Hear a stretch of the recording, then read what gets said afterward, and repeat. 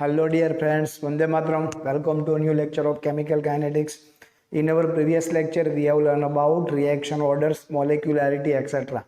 अभी दोस्तों वही रिएक्शन ऑर्डर में हमको थोड़ा एक एडिशनल टॉपिक पढ़ना है, that is first order reaction but for the particular gaseous reactant and the product. Okay, for the gaseous reactant and the product first order reaction क्या हो सकती है, उसका इक्वेशन हम कैसे डिराइव कर सकते हैं. अगर दोस्तों हम बात करें for the non gaseous reaction तो उसके लिए इक्वेशन फिक्स है. For this is first order, this is for the second order etcetera. But about the first order for the gaseous दोस्तों, इसको आपको हर एक बार वो इक्वेशन को खुद से डिराइव करना पड़ेगा इन दी एग्जाम्पल. एक एग्जाम्पल के साथ हम वो भी क्लियर करेंगे, बट उसका बेसिक फंडा वही रहेगा जो नॉन गैसियस इक्वेशन में था. बट यहाँ पे थोड़ा डिफरेंट ये रहेगा from the molecularity or we can say from the number of mole of the reactant and the product. उसके अकॉर्डिंग इक्वेशन को हमको दोस्तों हर एक बार थोड़ा मॉडिफाई करना पड़ेगा. किस तरह से कर सकते हैं एक बार हम इक्वेशन में देखेंगे, एक बार उसका एक एग्जांपल देखेंगे, सो ये क्लियर हो जाएगा. So let's start with the first order reaction of the gaseous product. So our question is first order reaction equation but for the gas phase there is one equation in which A is the product, gaseous product, B plus C are the, A is the reactant and B and C are the product. A is gaseous phase reactant, B and C gaseous phase product. At time T0, total pressure is, at an exact कोई भी time हो सकता है, at a T time total pressure is PT. PT means partial pressure of PA plus PB plus PC, जो आपने 11th में already पढ़ रखा है. Partial pressure of A is PA, B is PB and C is PC. यहाँ पे हमको दे रखा है पार्शियल प्रेशर ऑफ A और we can say gaseous reactant A is PA. So derive the integrated rate equation for this reaction. First order reaction ही है but यहाँ पे गैसियस फेज है, उसके लिए दोस्तों हमको इक्वेशन डिराइव करना है. क्या क्या चीज हम कर सकते हैं उसके साथ दोस्तों थोड़ा. Suppose for the reactant A उसका जो पार्शियल प्रेशर है दैट इज PA, तो उसके साथ दोस्तों हमको ये भी पता चलना चाहिए फॉर दी प्रोडक्ट बी का पार्शियल प्रेशर क्या होगा PB and partial pressure of the product C is PC. ये होगा. अभी दोस्तों suppose reaction start at the time T0. At time T0 time पे हमारे पास क्या रहेगा, A gas gives B gas plus C gas. Equation A है. बट दोस्तों जब रिएक्शन स्टार्ट हो रही है in the beginning of the reaction the quantity of the product B and C is 0. अगर B और C की क्वांटिटी 0 है इट मींस उसकी मदद से मिलने वाला प्रेशर और partial pressure of B and C should be 0. So starting में हम ये कह सकते हैं B का pressure PB is 0 atmosphere, pressure of the C और partial pressure C PC is also 0 atmosphere. यहाँ पे यूनिट हम ले सकते हैं एटमॉस्फेयर. बट बिगिनिंग में हमारे पास जो भी क्वांटिटी है जो भी है दैट इज A. सो यहाँ पे हमारे पास PA होगा, PA कोई वैल्यू होगी. सो PA एटमॉस्फेयर ये हम लिख देते हैं. ये बात कब की हुई, स्टार्टिंग की हुई. अभी इसको PA को दोस्तों हम PI लिख सकते हैं, इनिशियल प्रेशर.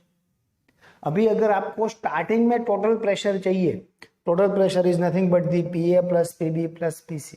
सो PT और P total is equal to PI initial pressure of A plus 0 is equal to PI. वो हम लिख सकते हैं इन द बिगिनिंग. अभी दोस्तों रिएक्शन आगे बढ़ती है, जैसे जैसे रिएक्शन आगे बढ़ती है उसके साथ रिएक्शन कोई पॉइंट पर पहुंचती है. Suppose T is equal to 0 second की बात करें. अभी रिएक्शन में प्रेशर क्या होगा. अभी दोस्तों हमको मालूम है यहाँ पे दोस्तों अगर मेरे को PA चाहिए, ऊपर मैंने लिख दिया था PA is equal to PI. अभी PA क्या होगा, PA इज इक्वल टू क्या हो, जो उसका स्टार्टिंग इनिशियल प्रेशर है PI माइनस X. सर ये कैसे डिराइव किया, ये आपने 11th में पढ़ा है इक्विलिब्रियम चैप्टर में. At equilibrium state PA minus X. अगर यहाँ पे जैसे मैंने आपको पहले ही बता दिया, इसके जितने भी एग्जाम्पल हो हर एक बार ये इक्वेशन हमको डिराइव करना रहेगा. मैंने यहाँ पे लिख दिया PA is equal to PA minus X atmosphere. अगर यहाँ पे 2A if there is 2a in the reaction, तो हमको यहाँ पे लिखना पड़ता Pi माइनस 2x। अगर यहाँ पे 3 होता तो हमको लिखना पड़ता Pi minus 3x। So there is number of mole of the A is 1, so Pi minus 1x, और we can say Pi minus x, that is Pa। What is Pb? अभी दोस्तों जैसे जैसे रिएक्शन आगे बढ़ती है वैसे वैसे quantity of B and quantity of C is increase. तो अभी क्वांटिटी ऑफ B और C है तो उसके हेल्प से कोई प्रेशर भी होगा। अगर यहाँ पे हम बात करें Pb की, क्या होगा Pb is equal to x atmosphere. अगर यहाँ पे ट्वाइस B होता तो 2x लिखना पड़ता, थ्राइस B होता तो 3 एटमोस्फियर लिखना होता। जितने मोल है उतना ही बनेगा। Similar with this C, we can write Pc is also x atmosphere. अभी दोस्तों बेसिक इक्वेशन क्या था, बेसिक इक्वेशन में एक बार यहाँ पे लिख रहा हूँ। हमको मालूम था कुछ इस तरह से इक्वेशन था, k is equal to 2.303 by T, और we can say t is equal to 2.303 by k into log r naught upon R T. So हमको यहाँ पे क्या करना है दोस्तों, जो स्टार्टिंग प्रेशर है Pi प्लस 0 वो एक्चुअल में क्या होगा P0 होगा, जिसको हम R0 बोलेंगे यहाँ पे। उसी तरह से अभी इन तीन का सम Pa plus Pb plus Pc वो क्या होगा RT। तो इसको हम क्या कहाँ पे लिखेंगे, नीचे लिखेंगे। बट फिर भी दोस्तों अभी P टोटल हमको चाहिए। At T is equal to 0 से 100 सेकंड, P टोटल क्या होगा। Okay, so Pt is equal to P total is equal to Pa plus Pb plus Pc। It means Pi minus x plus x plus x plus x minus x cancel, P total is equal to Pi plus x। अभी दोस्तों आप ठीक से यहाँ पे देखो तो ये आपको लगेगा we can derive the value of x here. अगर x को यहाँ पे आपको फाइंड आउट करना है, सो Pi यहाँ पे पॉजिटिव में अगर डायरेक्शन चेंज करेगा तो नेगेटिव बनेगा। So we can write x is equal to Pi, अगर डायरेक्शन चेंज करता है नेगेटिव बनेगा Pt माइनस Pi। तो x की वैल्यू हमने डिराइव कर दी। अभी दोस्तों और एक चीज क्या करनी है हमको, और एक चीज हमको ये करनी है, we have to put this value of x in the partial pressure of A at equilibrium, क्योंकि अल्टीमेटली हम टोटल प्रेशर से काउंट नहीं करेंगे। आपको याद होगा for the non gaseous reaction K is equal to 2.303 by T into log R0 upon RT। दोस्तों हम रिएक्टेंट का कॉन्सेंट्रेशन देख रहे थे, वहां पे बने हुए प्रोडक्ट का क्या था उससे हमको कुछ लेना देना नहीं था। सिमिलर यहाँ पे भी ये रिएक्टेंट का स्टार्टिंग में कितना है और ये रिएक्टेंट का इक्विलिब्रियम स्टेज में कितना है, इन दोनों से ही हमारा काम होगा। ठीक है, तो हम क्या कर रहे हैं, x की ये वैल्यू अगर यहाँ पे लिखे तो Pa is equal to Pi minus x is equal to Pt minus Pi। तो we can write Pa is equal to Pi minus x, और वहां पे क्या होगा x is equal to Pt minus Pi। अगर दोस्तों यहाँ पे आप ठीक से देखो, अगर ये ब्रैकेट हम निकाले तो क्या होगा, plus minus minus minus Pt हो जाएगा। और दोस्तों यहाँ पे माइनस Pi है, ऑलरेडी एक Pi तो था हमारे पास, तो क्या बनेगा वो माइनस माइनस प्लस बनेगा, minus minus plus Pi plus और एक Pi, so 2Pi plus minus minus minus Pt।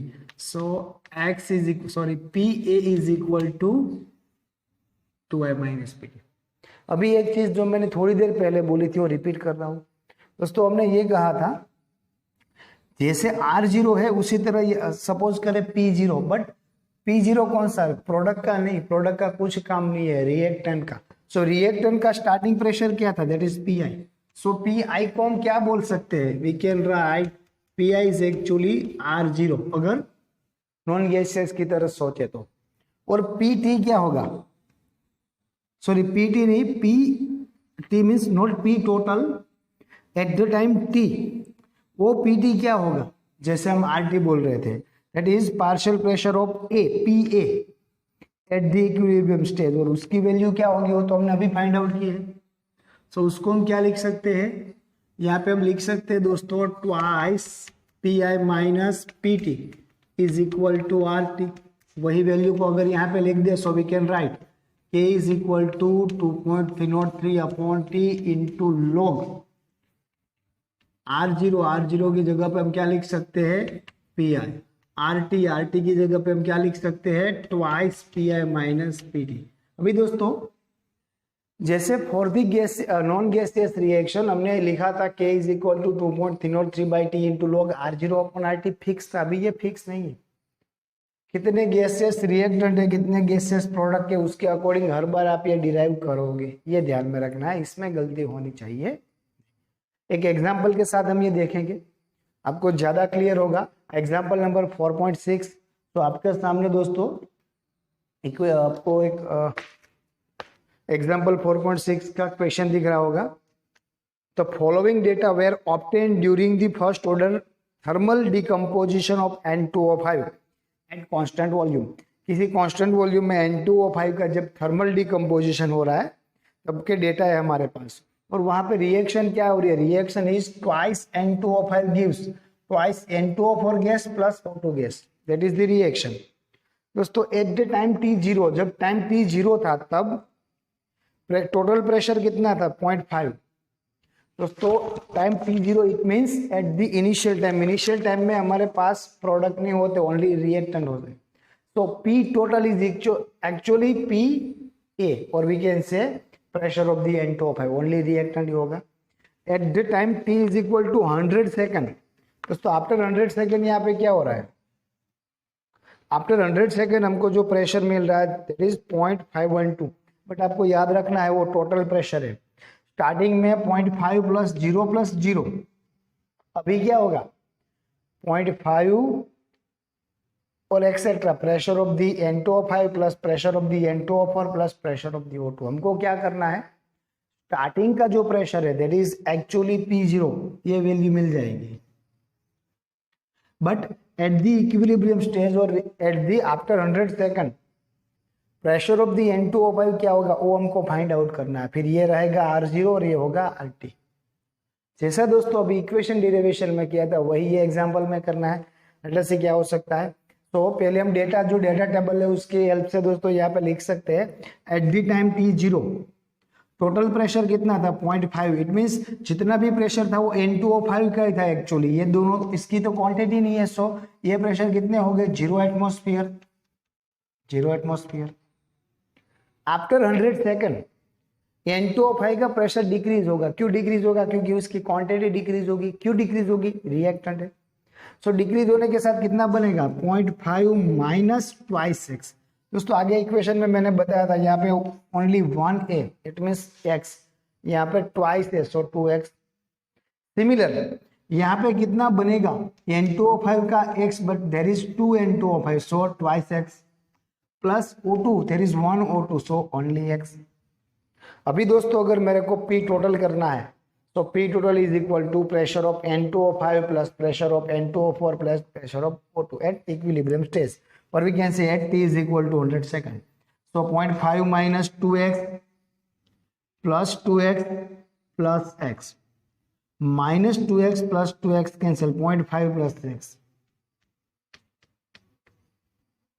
0.5 plus x मिला, दैट इज P टोटल। अभी ये दोस्तों at T is equal to 100 second, ये P टोटल है, अकेले N2O5 का नहीं है। हमको क्या चाहिए, अकेले N2O5 का चाहिए, but it is P total. So क्या करना पड़ेगा, ये जो तीनों का सम है दैट इज 0.5 प्लस x, उसमें से हमको only T is equal to 100 second N2O5 का कितना है डिराइव करना है। बट हमारे पास एक पॉजिटिव बेनिफिट है that is 0.5 plus x is actually P total is actually given in the example. Example में ऑलरेडी दे रखा था, ये कितना है दैट इज 0.512, 500 एंड 0.512 एटमोस्फियर जो पड़ा था। तो हम क्या कर सकते हैं 0.5 plus x is equal to P total is equal to 0.512, so 0.512 is equal to 0.5 plus x। अगर दोस्तों यहाँ से हमको चाहिए वैल्यू ऑफ दी x, तो क्या होगा, value of the x is equal to x, क्या x is equal to 0.512 minus 0.5, so x is equal to 0.012। अभी दोस्तों हम क्या करेंगे, हमारे पास R0 और वी कैन से P0 तो है, अभी RT और वी कैन से PT चाहिए, तो हमको क्या करना पड़ेगा 0.5 minus 2x। pressure of the N2O5 at T is equal to 100 second is equal to 0.5 minus 2x, but now we have the value of x। अगर x की वैल्यू यहाँ पे लिखेंगे ट्वाइस इंटू एक्स और उसको हम सब्सट्रैक्ट करेंगे किससे 0.5 से, so we can calculate the pressure of the N2O5 at equilibrium और at t is equal to 100 second. So हमको क्या करना है, PA is equal to 0.5 minus 2x, 0.5 minus 2x, value of the x is 0.12 into 2 is equal to 0.012 और 0.012 into 2 is equal to 0.024, 0.5 minus 0.024 और 0.024 is equal to 0.476 atmosphere. अभी दोस्तों हमारा काम हो गया। अभी हमको अगर T is equal to 0 time पे प्रेशर N2O5 का प्रेशर चाहिए, that is 0.5 atmosphere which is given here. अगर T is equal to 100 second पे चाहिए, दैट इज 0.476 जो हमने कैलकुलेट किया। तो क्या फॉर्मूला था, K is equal to 2.303 upon T is equal to log R0 upon RT। Actually दोस्तों R0 अपॉन RT लिखा, इसकी जगह पे हम क्या लिख सकते हैं, R0 की जगह पे मैं क्या लिख सकता हूँ, R0 की जगह पे मैं लिख सकता हूँ प्री आई, और दोस्तों साथ में RT की जगह पे हम क्या लिख सकते हैं, RT की जगह पे हमको इक्वेशन क्या मिला था, PT is equal to 0.5 plus x, यही मिला था ना। बट अगर डायरेक्ट हम यहाँ पे वैल्यू ही लिखे, this is PI, this is P0, direct value लिखे दोस्तों 2.303 अपॉन 100 इंटू log 0.5 जो हमको मिला था, हमारे पास ऑलरेडी है, डिवाइडेड बाय P नॉट, और we can say sorry PT चाहिए, सॉरी यहाँ पे PA is equal to at the time T, PA is equal to at time T is equal to 100 second, PT is equal to 0.476, 0.5 divided by 0.476 is equal to 1.0504 और 1.0504। अगर लोग 1.0504 को calculate करें, the value is 0.02136। अगर उसको दोस्तों हम 2.303 से मल्टीप्लाई करते हैं और 100 से डिवाइड करते हैं, तो आंसर इज 0.0004919 सेकंड। क्यों second sir, first order reaction है, sorry second inverse. First order reaction में K का यूनिट क्या रहेगा, टाइम इनवर्स, टाइम कौन सा है सेकंड में, सो सेकंड इनवर्स। अभी इसको दोस्तों 10 के पावर में कन्वर्ट करें, 1 2 3 4, सो यहाँ पे पॉइंट आएगा 4.919 इंटू 10⁻⁻⁴ सेकंड इनवर्स।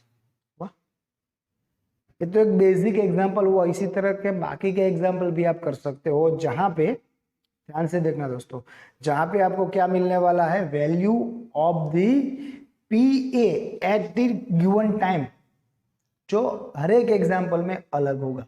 तो हर बार हमको ये डिराइव करना ही पड़ेगा फॉर द गैसियस रिएक्शन। अगर नॉर्मल रिएक्शन होती तो आप जो फिक्स इक्वेशन है वो यूज कर पाओगे, ठीक है। सो दोस्तों ये हुआ first order reaction for the gaseous reactant and the gaseous product. अभी दोस्तों आगे हमको पढ़ना है pseudo first order reaction. Pseudo means हमको ऐसा लग रहा है ये फर्स्ट ऑर्डर है, बट एक्चुअली वो फर्स्ट ऑर्डर नहीं है, उसका ऑर्डर एक्चुअल में कोई अलग है, but we feel that the order of this particular reaction is 1. That's why that reaction is known as a pseudo first order reaction that we are going to learn. Okay friends, so now it's time to learn about pseudo first order reaction. What is meant by pseudo first order reaction? कोई reaction है जिसका actual reaction order first नहीं है, but it's behave like a first order reaction. उसका actual order rather than 1 but behave like first order, that reaction is known as a pseudo first order reaction. हमको ऐसा आभास हो रहा है that this reaction is first order but actually not first order reaction. So यही दोस्त आपको यहाँ पे यही चीजें लिख के दी है। The order of reaction is sometimes altered by conditions. Alter हो रहा है because of condition. Consider there is a one chemical reaction between two substances. हमारे पास कोई chemical reaction है जहाँ पे दो सब्सटेंसेस एक दूसरे के साथ रिएक्शन कर रहे हैं। When one reactant is present in large excess, उन दोनों में से कोई एक ऐसा रिएक्टेंट है जिसकी क्वांटिटी बहुत ज्यादा है in large access and remain almost constant at the end of the reaction. जो दूसरा वाला है उसकी क्वांटिटी इतनी ज्यादा है जो फर्स्ट के कंपैरिजन में ऑलमोस्ट एज इट इज रह जाता है। This reaction is called as a pseudo first order reaction. But यहाँ पे और एक कंडीशन आपको ऐड करनी है, ये जो दो रिएक्टेंट एक दूसरे के साथ रिएक्ट कर रहे हैं उन दोनों का कॉन्सेंट्रेशन पावर 1 है। I mean to say there is two reactant with concentration power 1. They both react with each other. After end the reaction, उनमें से एक रिएक्टेंट ऐसा है जिसकी क्वांटिटी कम थी, जो ऑलमोस्ट फिनिश हो रहा है। At the same time the second reactant, उसकी क्वांटिटी इतनी ज्यादा थी, उसका कॉन्सेंट्रेशन इतना ज्यादा था, ऑलमोस्ट जो चेंज हुआ दैट चेंज इज नेगोशिएबल। तो हमको क्या करना है, जिसकी क्वांटिटी में कोई ज्यादा चेंज नहीं देखने को मिला उसको हमको कांस्टेंट काउंट करना है, और जो दूसरा रिएक्टेंट था जिसका कॉन्सेंट्रेशन डिक्रीज होते होते फिनिश हुआ उसको हमको एक्चुअल रिएक्टेंट करना है। और उसी के हिसाब से दोस्तों यहाँ पे रेट ऑफ रिएक्शन यहाँ पे रिएक्शन ऑर्डर देखने को मिलेगा, किसके अकॉर्डिंग, जिसका कॉन्सेंट्रेशन कम था जो जल्दी खत्म हुआ। सो दूसरे का कॉन्सेंट्रेशन ज्यादा था, उसका कॉन्सेंट्रेशन पावर 1 था, फिर भी हम उसको काउंट नहीं कर रहे, बट जिसका कॉन्सेंट्रेशन कम था खत्म हो गया उसी को हम काउंट कर रहे हैं। हमारे पास एक एग्जांपल है दोस्तों, एक एग्जांपल के साथ ये चीज पड़ेगी, फिर मैं आपको एक डेली लाइफ एग्जांपल दूंगा जिससे आपका कंसेप्ट एकदम परफेक्ट हो जाएगा। यू कैन सी हमारे पास एक एस्टर है, this is CH3 double bond OC2H5। You can say this is ethyl acetate और इथाइल इथेनोएट। इथाइल एसीटेट और ethyl ethanoate is nothing but the ester. वो एस्टर का हाइड्रोलिसिस करना है, तो हाइड्रोलिसिस ऑफ 0.01 मोल, इसकी कॉन्सेंट्रेशन है 0.01 मोल इथाइल एसीटेट, और we can say suitable ester with 10 mole of H2O। उसकी हाइड्रोलिसिस, हम उसका हाइड्रोलिसिस कर रहे हैं विथ 10 मोल ऑफ H2O।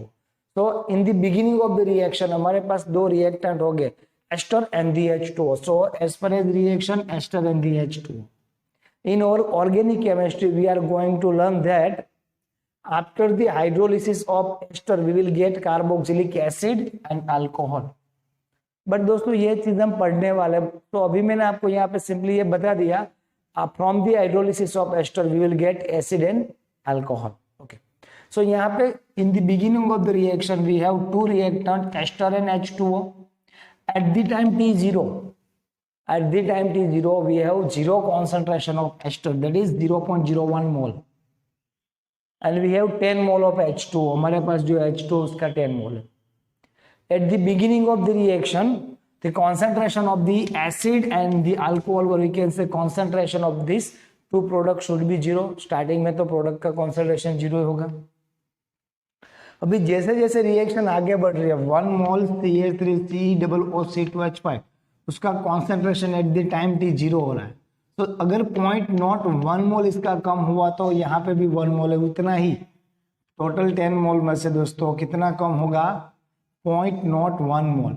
तो अगर 10 मोल में से दोस्तों 0.01 मोल कम हुआ तो कितना बचा, 9.9। अगर इसको आप राउंड अप करो तो आप ये बोलोगे सर ये ऑलमोस्ट 10 मोल ही। सो कंडीशन यही थी, दोनों में से कोई एक रिएक्टेंट ऐसा होगा जिसका कॉन्सेंट्रेशन ऑलमोस्ट फिनिश हो जाएगा, जो लो कॉन्सेंट्रेटेड है, और दूसरा रिएक्टेंट ऐसा होगा जिसका कॉन्सेंट्रेशन चेंज नेगोशिएबल है। अगर 10 मोल और 9.99 मोल को कंपेयर करें, वी कैन से 9.99 इज ऑलमोस्ट 10। सो इसको कांस्टेंट लेना है दोस्तों, इसको काउंट नहीं करेंगे। और एंड द रिएक्शन हमको क्या मिलेगा, एसिड एंड अल्कोहल 0.01 मोल, 0.01 मोल। मैंने यहाँ पे मोल नहीं लिखा है। अगर एक्चुअल रिप्रेजेंटेशन देखें तो हम क्या लिख सकते हैं, rate of the reaction is -dr/dt, और we can say minus because of reactant, R is the reactant, is equal to K dash CH3COOC2H5, that is nothing but the ester and the H2। ऐसा होगा। But अगर दोस्तों ठीक से देखो, जैसे K is the rate constant, उसी की तरह यहाँ पे H2O भी ऑलमोस्ट कांस्टेंट है, 10 मोल टू 9.9 मोल, 9 एंड ऑलमोस्ट 10 मोल, ये भी कांस्टेंट है। सो एक्चुअल में हमको क्या लिखना पड़ेगा दोस्तों, हम ये लिखेंगे K डैश भी कांस्टेंट है, उसके साथ H2O भी कांस्टेंट है। सो हम ये लिख सकते हैं K डैश इंटू H2O, इन दोनों का अगर हम मल्टीप्लीकेशन करें तो जो हमको प्रोडक्ट मिलेगा उसको मैं K बोल रहा हूँ, दैट इज कांस्टेंट। ये भी कांस्टेंट, ये भी कांस्टेंट, दोनों को मिला के नया कांस्टेंट K लिखे तो रिएक्शन क्या होगी, rate is equal to -dr/dt is equal to K into CH3COO C2H5 और मैं सिंपली यहाँ पे लिख रहा हूँ एस्टर। क्या होगा जो आपको नीचे दिख रहा है यहाँ पे दोस्तों, एक्चुअल में अगर इन दोनों का कॉन्सेंट्रेशन पावर 1 है और आपको ये पूछा जाए what is the reaction order of this particular reaction, you can से 1 + 1 2, order of the reaction of this reaction is 2। But दोस्तों H2O को हम अगर कांस्टेंट काउंट कर रहे हैं तो इसको काउंट में ही नहीं लेना है। So actual rate is equal to K × CH3COO C2H5 ester और इसका कॉन्सेंट्रेशन पावर 1 है। So it behave like first order reaction, but actually second order reaction.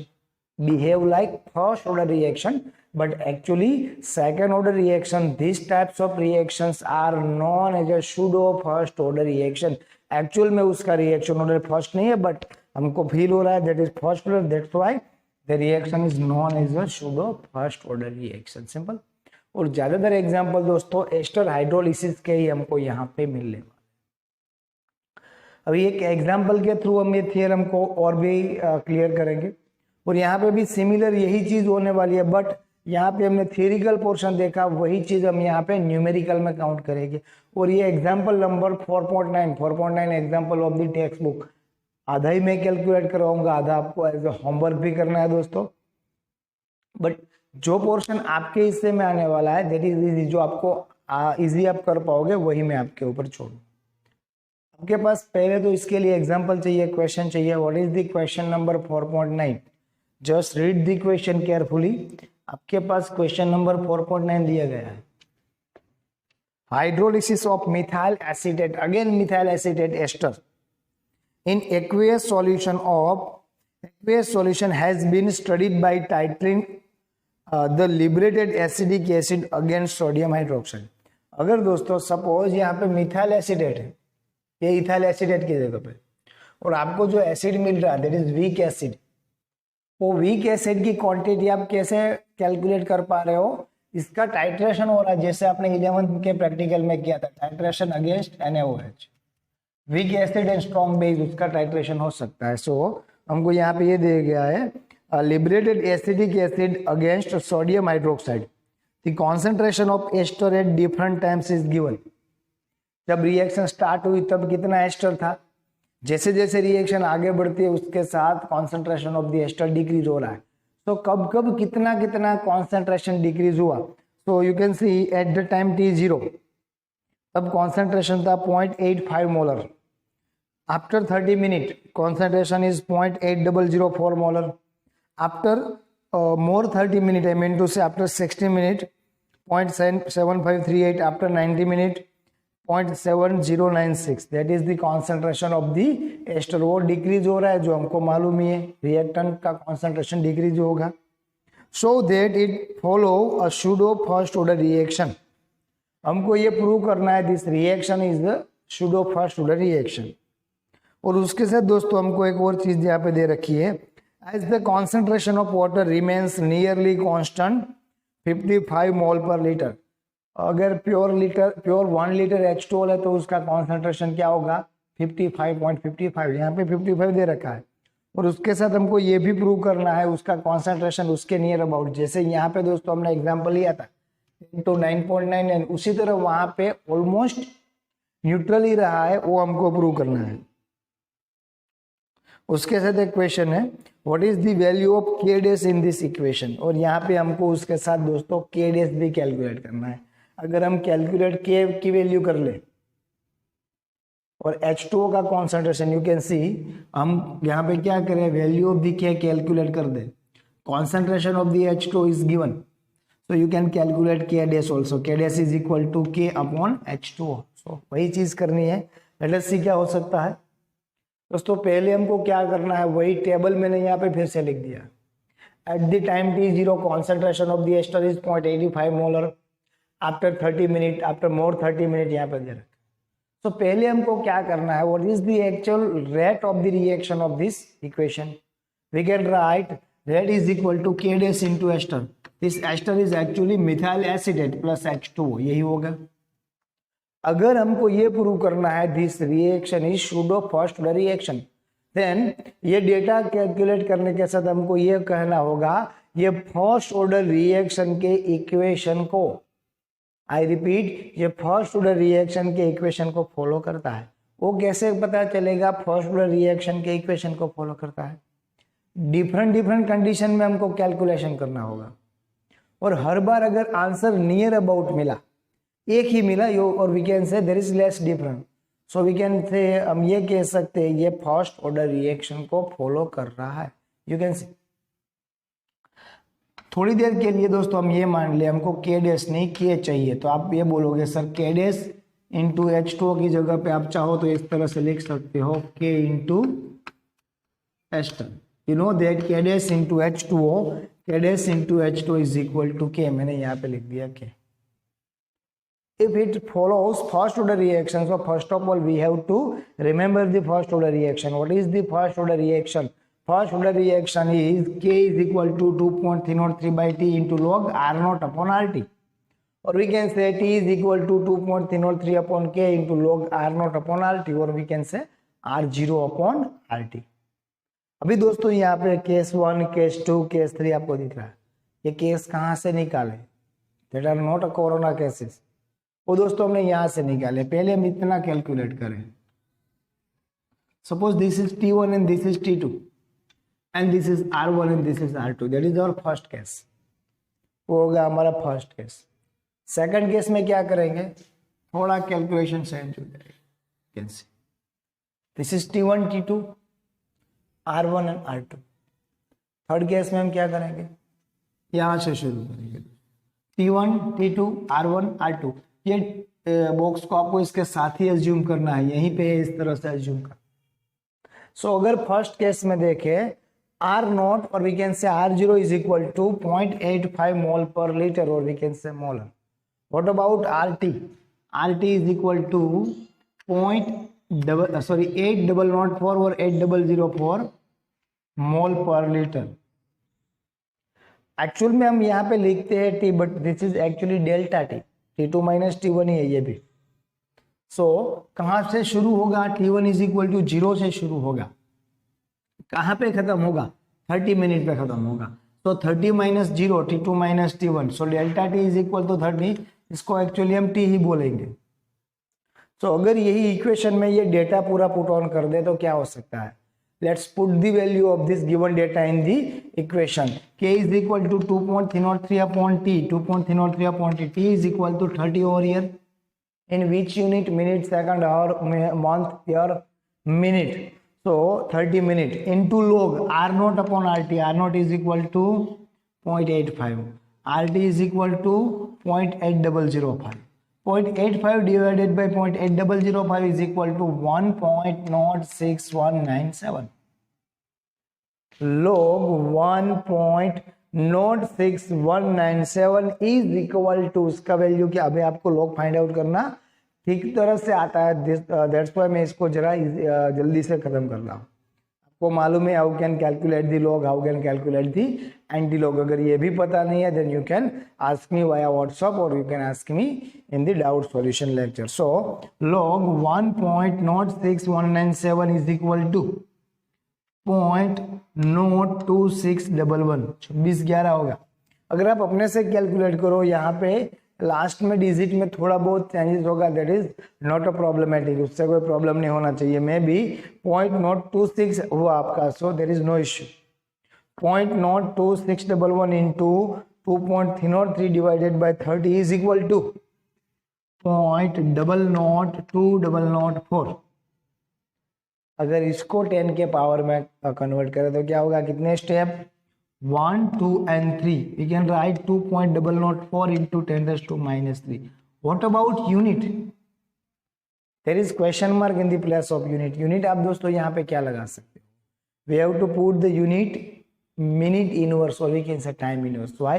Because we are taking the help of first order reaction.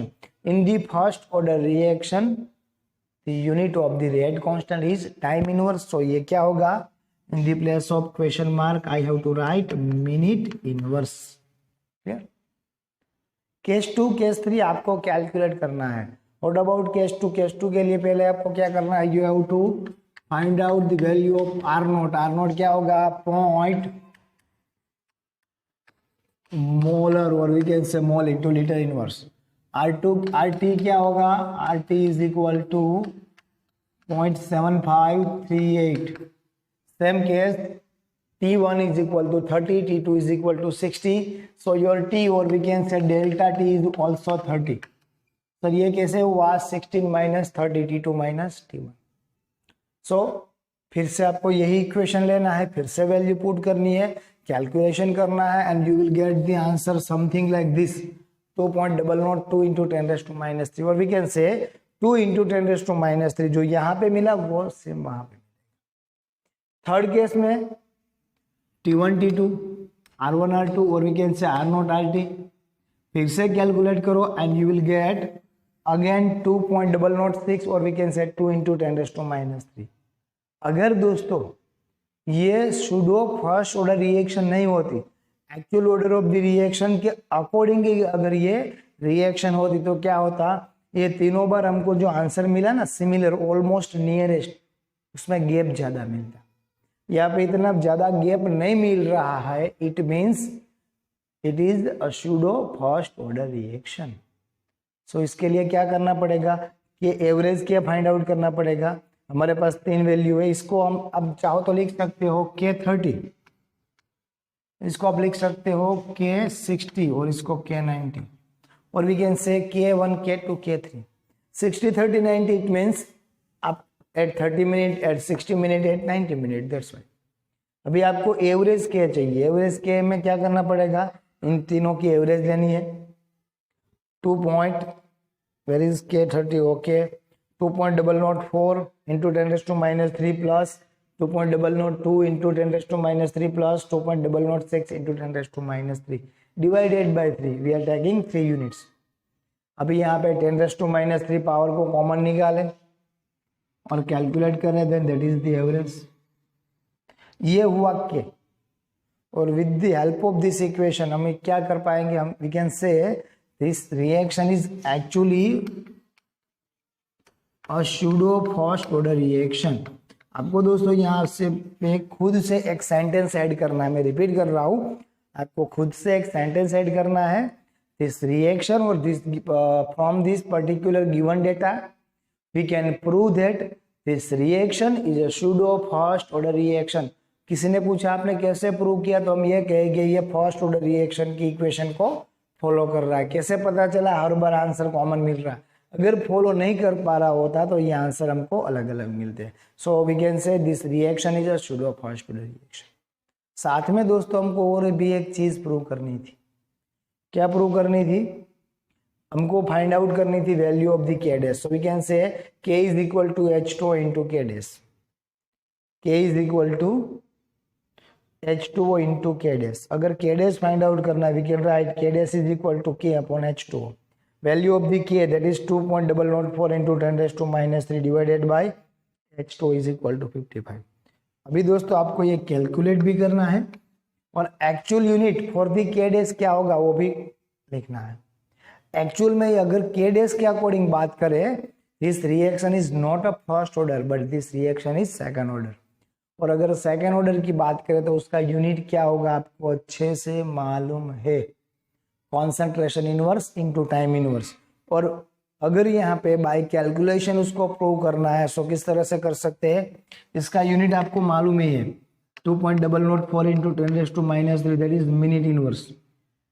And unit of 55 और 50 जो भी question paper में दिया गया उसके हिसाब से मैंने यहाँ पे 55 लिखा है, मे बी इट इज 55 और 50 जो भी है उसके हिसाब से कैलकुलेट करना होगा।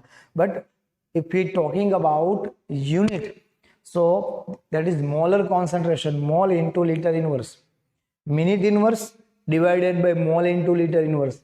मोल इंटू लीटर इनवर्स अगर आप ऊपर लिखोगे तो आप क्या करोगे, minute inverse into mole inverse into liter, that is the unit of this particular given K।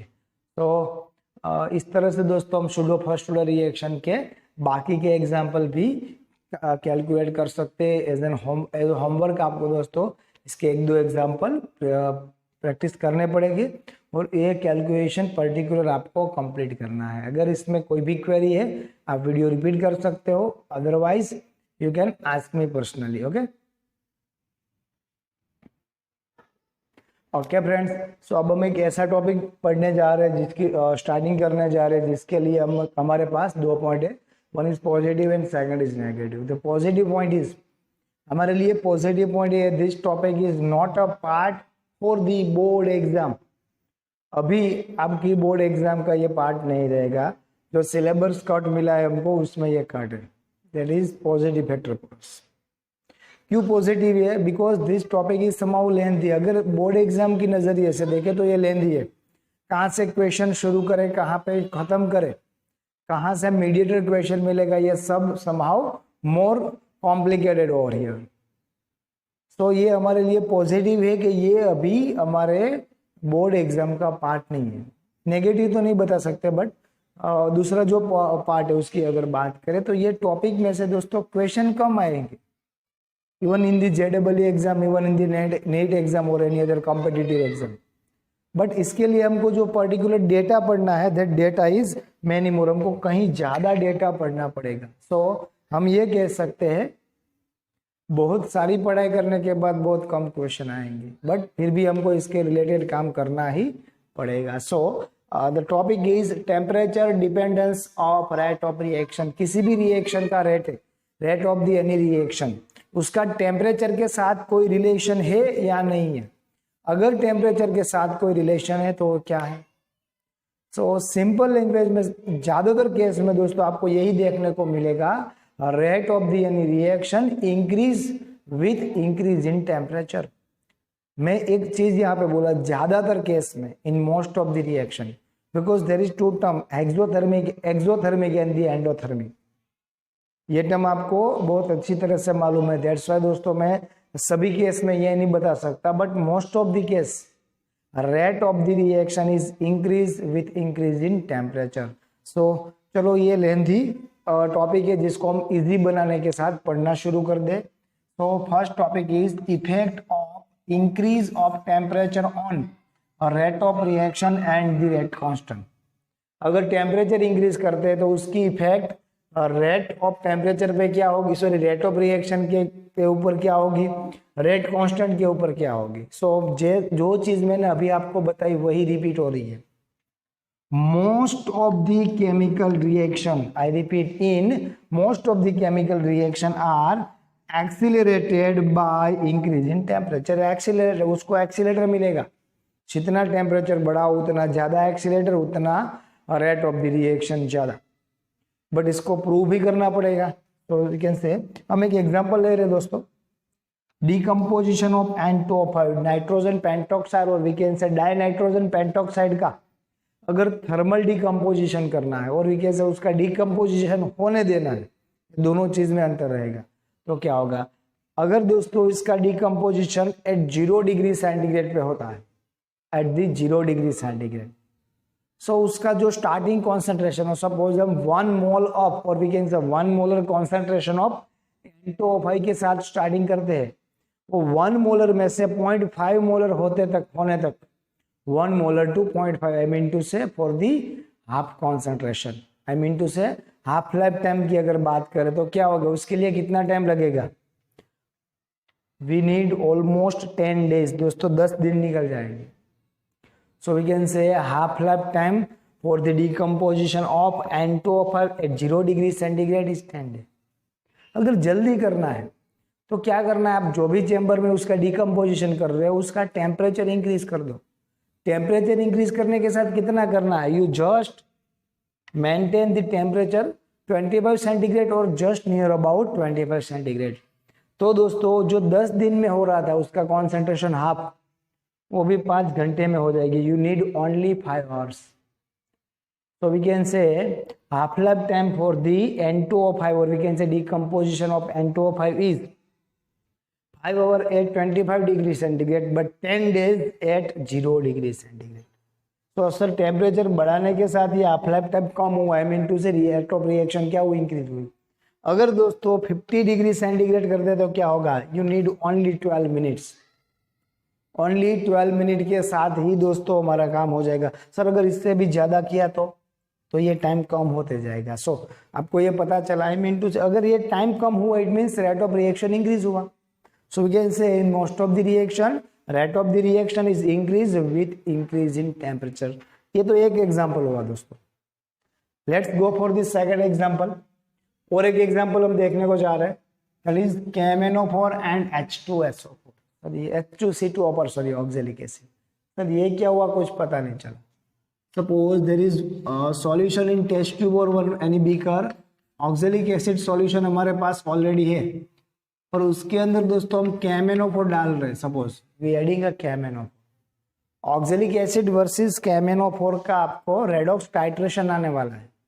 जो titration acid based titration 11th में थे, similar pattern is similar for the titration, but वहां पे एसिड और बेस था, यहाँ पे redox titration होगा। और इन दिस पर्टिकुलर टाइट्रेशन, ये टाइट्रेशन खत्म कब होगा? जब दोस्तों ये डीकलरेशन ऑफ दी KMnO4 देखने को मिलेगा। KMnO4 अंदर जाने के साथ अपना कलर क्या करेगा? डीकलरेशन हो जाएगा। सो उसका पर्पल कलर नहीं दिखेगा।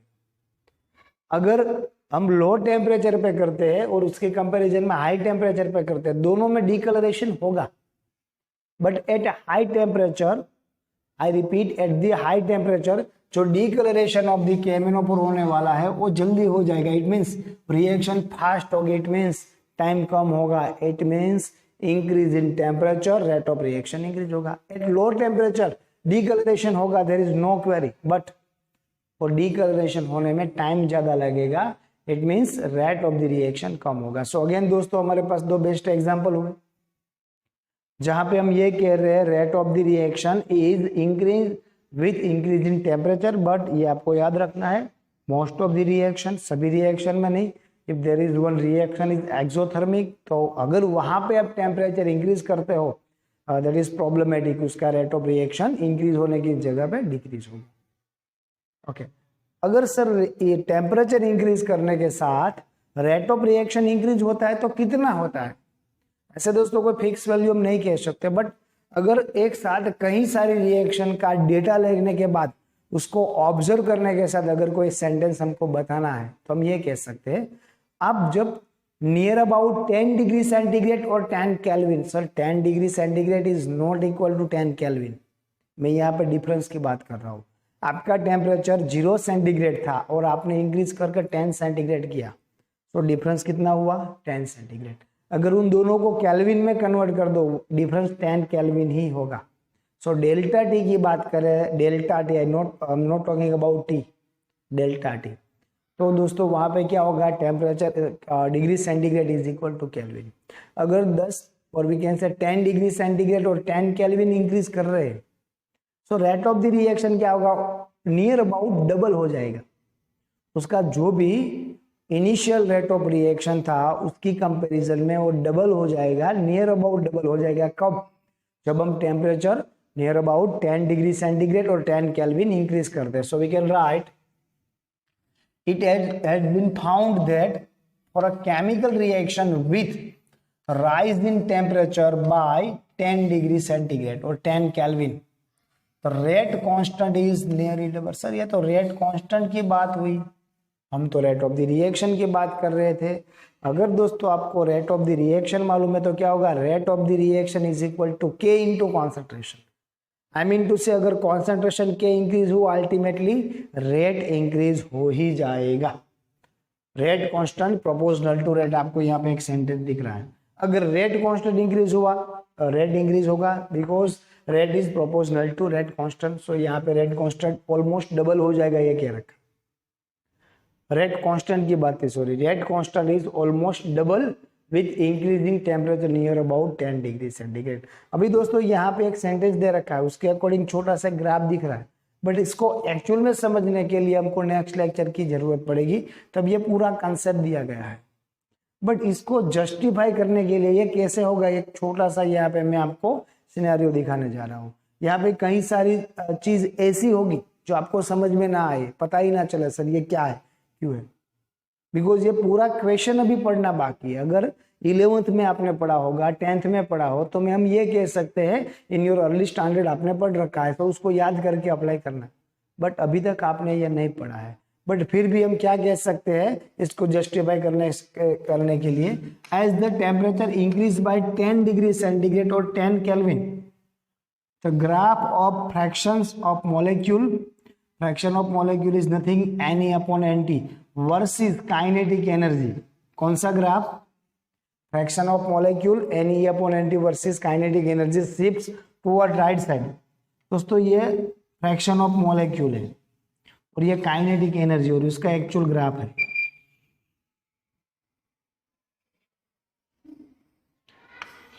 At the temperature T, I repeat, यहाँ पे स्मॉल t दोस्तों दिया गया है, फॉर द टेम्परेचर एक्चुअली हम कैपिटल दिए थे, बट ट्रेडिशनली ये चला आ रहा है तो उसको हमको फॉलो करना है। तो एट द टेम्परेचर T ये ग्राफ हमको मिल रहा है। अगर इसमें हम 10 डिग्री तक बढ़ोतरी करें, T+10 कर दे, तो ये ग्राफ कैसा रहेगा? थोड़ा राइट साइड चला जाएगा। स्टीफन बोल्ट्जमैन कांस्टेंट वाला आपने ग्राफ पढ़ा होगा फॉर दी गैसियस मॉलिक्यूल्स, कुछ इस तरह से था, वो राइट साइड जा रहा था। सिमिलर ये क्या कैसे जाएगा? थोड़ा राइट साइड जाएगा। इससे क्या होगा दोस्तों? यहाँ पे एक पूरा सिनेरियो मिलेगा, इतना फ्रैक्शन बढ़ जाएगा। एक्चुअली रिएक्शन कैसे होती है? वन रिएक्टेंट इज फ्रैक्शन और we can say fight with the second reactant, और इन दोनों की फ्रैक्शन के साथ हमको क्या मिलेगा? प्रोडक्ट मिलेगी। रिपीट कर रहा हूँ, molecule of the first reactant is fraction with second reactant, और वहां से हमको क्या मिल रही है? प्रोडक्ट मिल रही है। अगर हम टेम्परेचर कांस्टेंट रखते हैं तो ये फ्रैक्शन हो ही रहा है, बट अपने हिसाब से हो रहा है। अगर हम टेम्परेचर इंक्रीज कर रहे हैं तो ये फ्रैक्शन ज्यादा होगा। अगर फ्रैक्शन ज्यादा हुआ तो प्रोडक्ट भी ज्यादा होगी। कितना ज्यादा होगा फ्रैक्शन? इतना ज्यादा होगा। सो अगर हम टेम्परेचर 10 डिग्री सेंटीग्रेड तक बढ़ाते हैं तो फ्रैक्शन ज्यादा होगा, दैट्स व्हाई प्रोडक्ट जल्दी से मिलेगी हमको। सो वी कैन से यहाँ पे रेट ऑफ द रिएक्शन और रेट कांस्टेंट इंक्रीज हो रहा है, बट ये fraction of the molecule and kinetic energy का पूरा ग्राफ हमको पढ़ना है। हाँ, पॉजिटिव साइन यही रहेगी, उसको भी पूरा कंसेप्ट वाइज पढ़ेंगे। थ्योरेटिकल पोर्शन की ज्यादा जरूरत नहीं रहेगी because not in the board syllabus. ठीक है, अभी दोस्तों एक और चीज, चलो ये भी हो गया, हमने ये मान लिया effect of the temperature rate constant पे भी होगी, रेट ऑफ रिएक्शन पे भी होगी, नियर अबाउट 10 डिग्री डबल हो जाएगा, उसको जस्टिफाई भी कर दे, बट न्यूमेरिकल डेटा आप अभी डिराइव नहीं कर सकते। तो उसके लिए किसी ने वर्क किया, there is one scientist called Arrhenius. Arrhenius ने वर्क किया, और आर्हेनियस का अगर पूरा टॉपिक यहाँ से शुरू करें तो ऑलमोस्ट हमको 1 से 2 महीने लग सकते हैं उसको वेरीफाई करने के लिए, ये इक्वेशन तक आने के लिए। But the positive thing for us, हमको ये इक्वेशन कैसे आरएनएस ने डिराइव किया उसकी कोई जरूरत नहीं है, हमको जस्ट आरएनएस का इक्वेशन क्या था और उसको याद रखना है। यस, उसका फॉर्म हम थोड़ा चेंज करेंगे हमारी डायरेक्शन के मुताबिक, हमको जो मालूम है उस हिसाब से उसको थोड़ा चेंज करेंगे, बट इक्वेशन डिराइव नहीं करना है, इक्वेशन डायरेक्ट हमको लिख देना है। सो temperature dependence of the rate of a chemical reaction can be accurately explained by Arrhenius equation। Arrhenius equation से हम ये एक्सप्लेन कर सकते हैं। ये Arrhenius equation कैसे आया उसकी कोई जरूरत नहीं है। तो we can say K is equal to A into E raised to EA upon RT। K sir इतना ही हमको मालूम है, K is rate constant over here। What is A, what is EA, what is R and T। जो पहले से हम जानते हैं उसको जरा आइडेंटिफाई कर ले। K is nothing but the rate constant. R अपने दोस्तों 11th में पढ़ा था, R is gas constant. General case में दोस्तों R का यूनिट क्या हो सकता है? सर कौन से यूनिट में आप टेम्परेचर ले रहे हो, कौन से यूनिट में आप प्रेशर ले रहे हो, कौन से यूनिट में आप वॉल्यूम ले रहे हो, उसके अकॉर्डिंग R का यूनिट होगा। But yes, R is constant. EA is activation energy, that is minimum required energy जिससे रिएक्शन आगे बढ़े। एनर्जी मींस एनर्जी का क्या होगा सर? जूल पर मोल हो सकता है, किलो जूल पर मोल हो सकता है। तो आर की दोस्तों कौन सी वैल्यू लेनी होगी वो डिपेंड करेगा activation energy EA, activation energy को हम कौन से यूनिट में ले रहे हैं। If activation energy in joule per mole, तो हमको आर की जूल वाली वैल्यू चाहिए। If activation energy kilo joule per mole, so R की किलो जूल वाली वैल्यू चाहिए। इन कैलोरी, तो यहाँ पे कैलोरी वाली, इफ किलो कैलोरी यहाँ पे किलो कैलोरी में चाहिए। सो ये आर की कोई भी वैल्यू नीडेड हो उसके बारे में हमको पता है, तो that is not to worry. चलो ये हुआ। टी क्या है? T is nothing but the temperature, so उसके बारे में तो लिखा ही नहीं है। So T is nothing but the temperature. What about A? A is Arrhenius factor. A को हम क्या बोलेंगे? Arrhenius factor. कई जगह पे आपको आरएनएस कांस्टेंट लिखा दिया होगा, तो आरएनएस कांस्टेंट भी बोल सकते हैं, आरएनएस फैक्टर और Arrhenius constant. Arrhenius constant is actually frequency constant और we can say frequency factor. Fraction कितना हो रहा है उसकी फ्रीक्वेंसी। और उसके बारे में एक और हम चीज ये लिख सकते हैं, ए इज प्री एक्सपोनेंशियल फैक्टर। उसको आप प्री एक्सपोनेंशियल फैक्टर भी कह सकते हो। ये इक्वेशन, ये पैटर्न हमारे लिए सूटेबल नहीं है, particular for the biology students. Maths वाले स्टूडेंट ने इसके ऊपर थोड़ा बहुत काम किया होगा। तो हमको जो सूटेबल है वो पैटर्न में इसको कन्वर्ट करना है। k is equal to A into e raise to minus E A upon R T को हम लोगेरिथम में कन्वर्ट कर दे, नेचुरल लॉग में। अगर इसका नेचुरल लॉग में कन्वर्ट करना है तो क्या होगा? k convert into ln k, a become ln a। यहाँ पे दोस्तों माइनस साइन है, that's why minus e raise to E A upon R T को हम क्या लिख सकते हैं? ई ए अपॉन आर टी। अगर ये कंसेप्ट मालूम है वेल एंड गुड। अगर आप बायोलॉजी स्टूडेंट हो या फिर मैथ स्टूडेंट हो बट आपको कंसेप्ट मालूम नहीं है तो रट्टा मार लो। क्या करना है? k becomes ln k, a becomes ln a minus E A upon R T as it is. अभी दोस्तों इसको लॉग में कन्वर्ट करना है तो हम क्या कर सकते हैं? ln k is equal to 2.303 log k, ln a is equal to 2.303 log a minus E A upon R T. अगर दोस्तों ठीक से देखा जाए तो हमको ये मालूम है ln is equal to 2.303 log। ये 10 के बेस वाला log हुआ जो हम फॉलो कर रहे हैं। तो ये 10 के बेस वाला log मिल गया। अभी मैं क्या कर रहा हूं? मैं पूरे इक्वेशन को 2.303 से डिवाइड कर रहा हूं। Listen carefully, I am dividing this whole equation by 2.303। 2.303 log k divided by 2.303, 2.303, 2.303 cancel, only log k is there is equal to 2.303 into log a divided by 2.303, again 2.303, 2.303 cancel, only log a is there minus e a upon 2.303 rt। यहाँ पे 2.303 बचेगा। क्यों बचेगा sir? कुछ cancel नहीं कर सकते। सो दोस्तों अगर यहाँ पे यही इक्वेशन को फिर से देखा चाहिए या फिर ये फॉर्म में देखें तो यहाँ पे आप ठीक से देखना, ln a and e a and r all are constant value. सभी वैल्यू कैसी है? कांस्टेंट है। अगर कांस्टेंट वैल्यू को निकाल दे then we can write ln k proportional to 1/t। So आप ये बोलोगे सर जब टेम्परेचर T बढ़ेगा anti proportional to ln k is anti proportional to 1/t। So कई सारे बच्चे ये बोलेंगे सर टेम्परेचर बढ़ने के साथ k कम होगा, टेम्परेचर कम होने के साथ k बढ़ेगा। That is wrong. यहाँ पे दोस्तों k प्रोपोर्शनल टू 1/t नहीं दिया गया है, ln k है। इट मीन्स अगर k की जितनी ज्यादा वैल्यू उतनी ln k की कम, और वी कैन से k की जितनी कम वैल्यू उतनी ln k की ज्यादा। सो वी कैन यही कह सकते हैं k प्रोपोर्शनल टू t, यही कह सकते हैं ना k प्रोपोर्शनल टू t। अगर k प्रोपोर्शनल टू t है इट मीन्स जितना टेम्परेचर ज्यादा, high the temperature high the rate of reaction और हाई द रेट कांस्टेंट। जितना कम टेम्परेचर उतना कम रेट ऑफ रिएक्शन। तो अल्टीमेटली हमको यही फाइनल करना था, temperature dependence of rate of reaction. So हमने ये कर भी दिया। जितना टेम्परेचर ज्यादा, रेट ऑफ रिएक्शन ज्यादा, रेट कांस्टेंट ज्यादा, temperature come, rate of reaction come.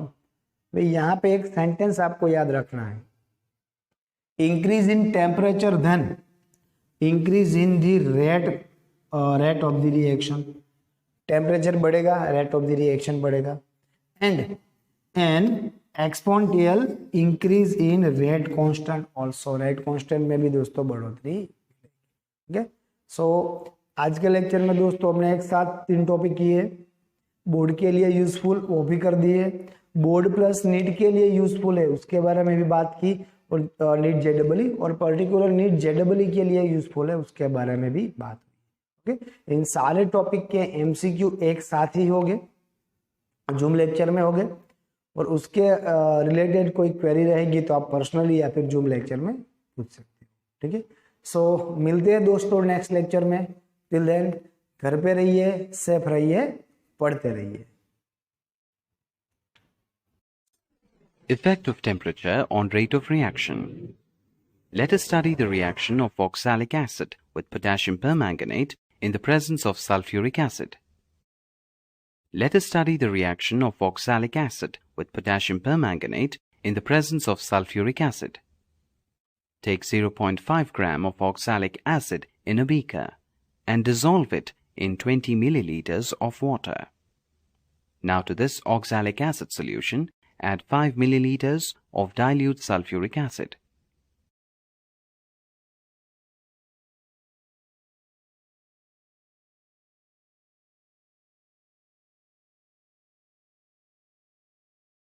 To this mixture, add a few drops of potassium permanganate solution. Observe that the solution turns pink.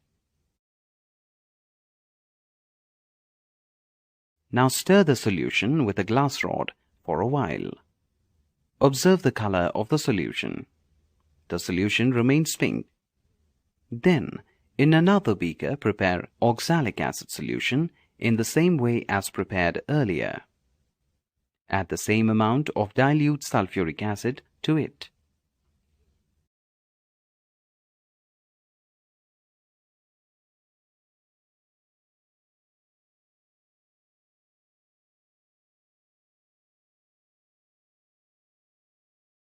Now heat the solution to about 60 to 80 degrees Celsius and then add a few drops of potassium permanganate solution to it.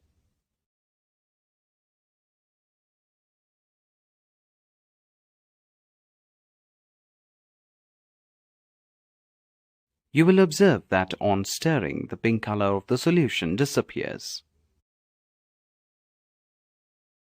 As the pink color of potassium permanganate does not disappear in the cold oxalic acid, sulfuric acid mixture, but disappears quite fast in the hot solution, it can be said that heating speeds up the reaction between oxalic acid and potassium permanganate. The chemical equation of the reaction is depicted here. Thus we can conclude that generally the rate of a reaction increases when the temperature increases.